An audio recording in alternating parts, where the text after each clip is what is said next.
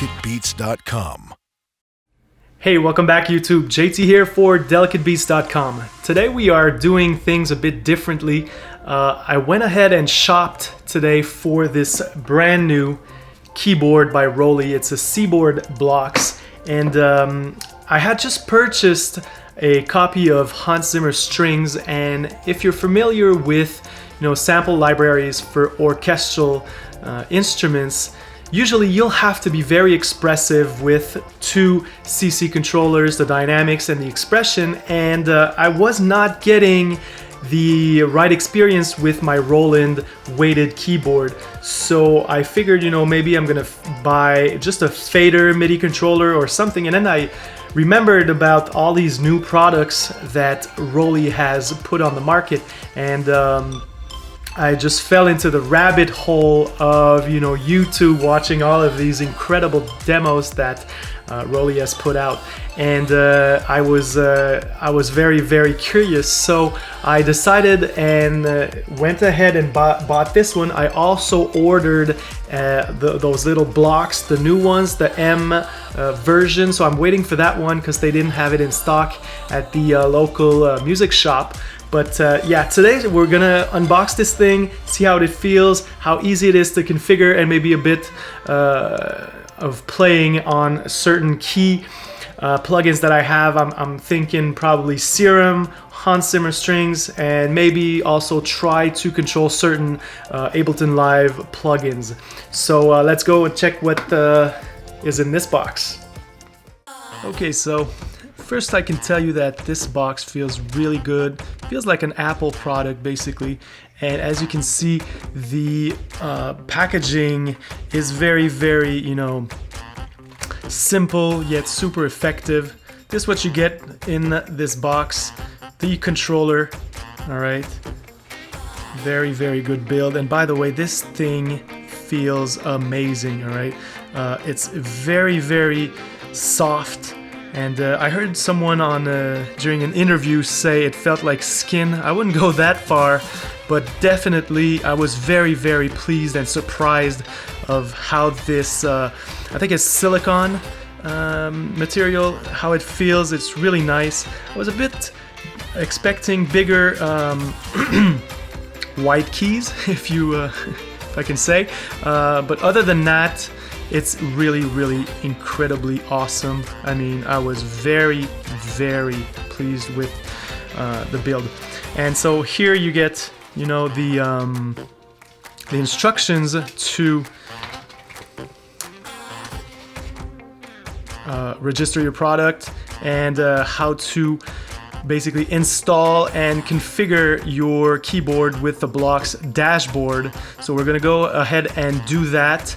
And finally, you get this little USB cord if you're not into the whole wireless. But personally, I really, really look forward to using this keyboard with Bluetooth and just basically put my headphones on and walk around the apartment and play, little keyboards, or even play drums on this thing. So let's jump on the computer and see what else we have to do to get this bad boy started.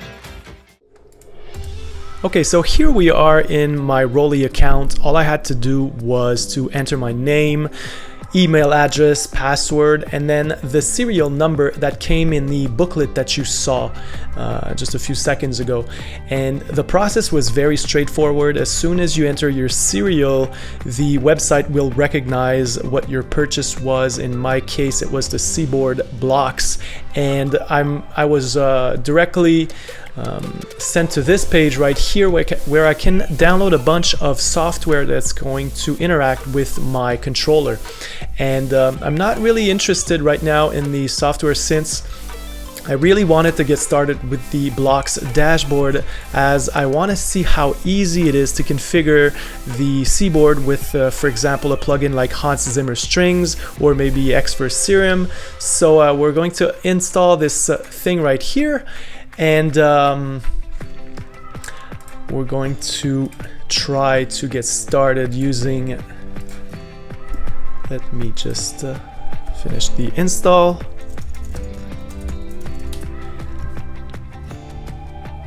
Alright, so far so good. let me see. All right, so blocks, dashboard. And all right, so to get started, please turn on the blocks and connect either via USB cable or Bluetooth. I'm hoping that I'm going to be able to use the Bluetooth, as I'm very interested in using a wireless MIDI controller. So let me just get back with the Seaboard blocks at the computer, and we're going to go ahead and connect these two together. Alright, so I've got the dashboard running on my computer, and I did a few tests behind the scenes, because at first I shot me trying to plug it with Bluetooth and the software froze, and then I tried again with USB but plugged in into my keyboard, and that didn't work either, so I had to actually plug the USB cable behind my iMac, and then everything worked like a charm. So we're gonna do that together. So I've got the cord right here, and on the left side right here you've got, you know, the little connector, and then what you have to do is press this little button in the front, and it's going to glow orange and blue. And hopefully, yeah, as you can see on the computer screen now, I've got my Seaboard, and so we're going to jump on the computer screen and see how we can configure the different gestures on the keyboard so that we can have fun with our plugins. All right. Okay, so I've got my Seaboard connected through USB here. I found that it's a bit glitchy with the with bigger libraries such as the Hans Zimmer Strings, and like the Bluetooth was skipping some lines of controls. So I thought that, especially for the demonstration, it would be easier with the USB plugged in. And one little disappointment I had with Hans Zimmer Strings is that you cannot assign the same CC control to both the dynamics and expression.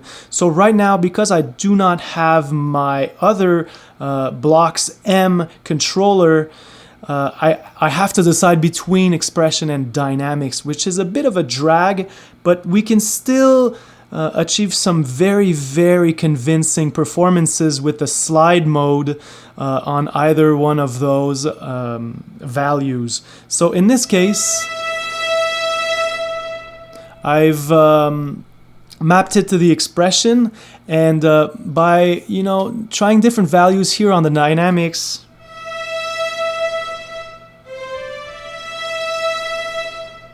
you can really start to get some fantastic legato lines here with the instrument. Fortunately, when I have the other controller, I'll be able to also control the dynamics, which makes it for a very good sound, especially with this instrument. So, a few things I found out the hard way with the way the slide mode works is that you cannot, for example, press a note on the bottom here of the keyboard, go all the way up, and when you leave the finger on the top portion of the keyboard, as you'll see here, it goes back to where you initially pressed. That means that if you want to go, sometimes when the fader goes back down, it's going to sound unnatural. So you really have to work around this, and the best way I found is to always go back a little before leaving the note. So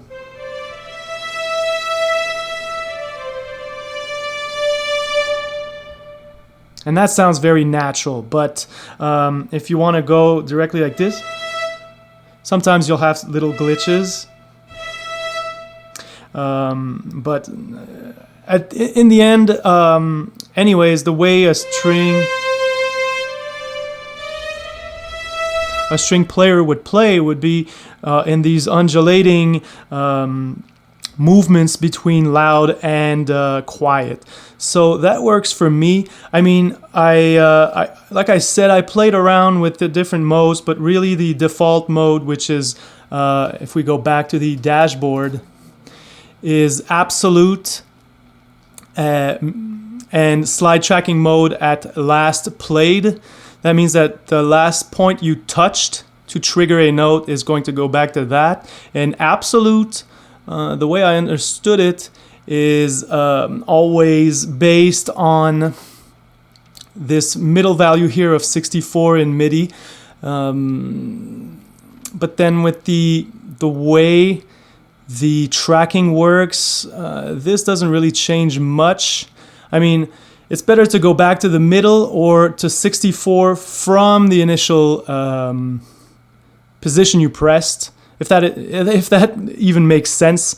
But all in all, I think that if you leave it to the default modes here and you find a way to play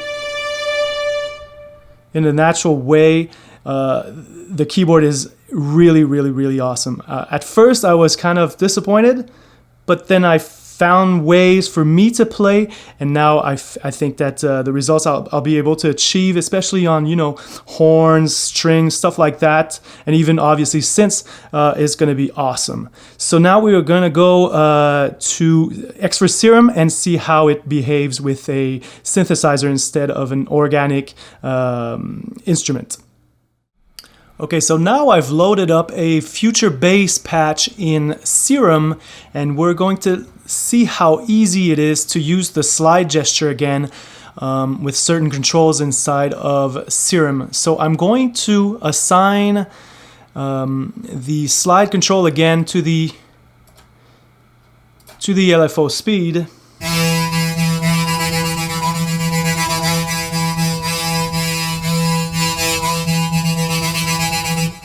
And because certain rates are more interesting than others, you can also go into your dashboard and just adjust the slide sensitivity. So if we go back to the original value, you don't have enough space at the top of the keyboard here to go from 1/16 to 1/32. So what I did was maybe just move it down a bit like this. So then it becomes very easy to just alter the rate of the LFO with the slide gesture. Now, for chords, it's a bit trickier, right? So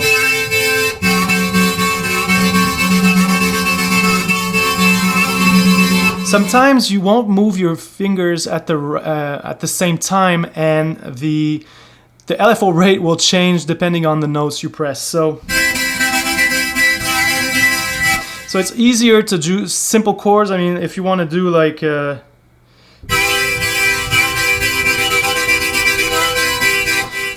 sevenths like this, it's kind of tough. You'll get the hang of it. I mean, you need to practice on this thing. It's not the same as this keyboard right here. Obviously, you can make mistakes.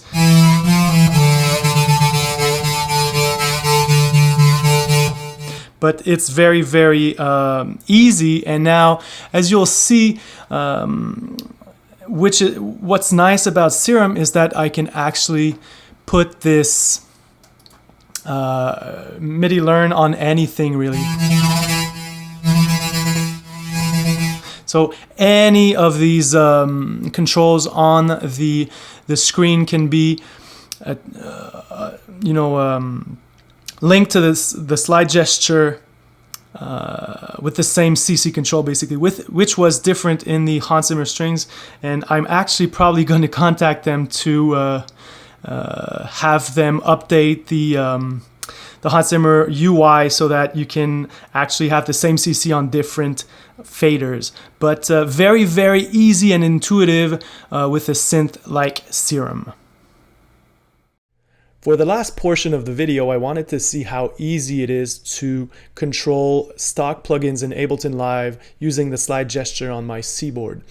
Right now I've got this very basic lead sound going with some nice vibrato, and I've also programmed the aftertouch to control the amplitude. So if we look at the dashboard, you'll see that. So very, very easy to do with any plugin, really, but especially in Serum, the way the matrix is put together is very, very fast and efficient. So now that we have this nice sound, what I wanted to do was see if I could easily trigger the rate speed using the slide gesture. Sorry, I'm switching from screen to screen. So this is the slide gesture, and I wanted to see if I could have this nice little wobble effect just by sliding my finger on the notes. So the way to do it is to right click on any control, in this case the rate, and edit MIDI map. So once your Ableton Live MIDI stuff is set up properly, you just have to, let me show you again the keyboard. You just have to press it and then you can control it. If I go out of this MIDI setup map,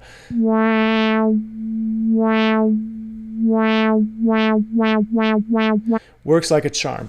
But I've taken the liberty of troubleshooting all of this great stuff behind the scenes, and again, it took me probably like an hour in forums and YouTube videos to figure that one out. What you want to do is go to the Link MIDI tab, and here you need to put the remote on for your MIDI controllers. If that is not on, you will click endlessly on any parameters, and this little, let me show you again, this little 174, which stands for CC74, is not going to appear. All right, so make sure that your MIDI is set up right, and after that, it's just a matter of clicking and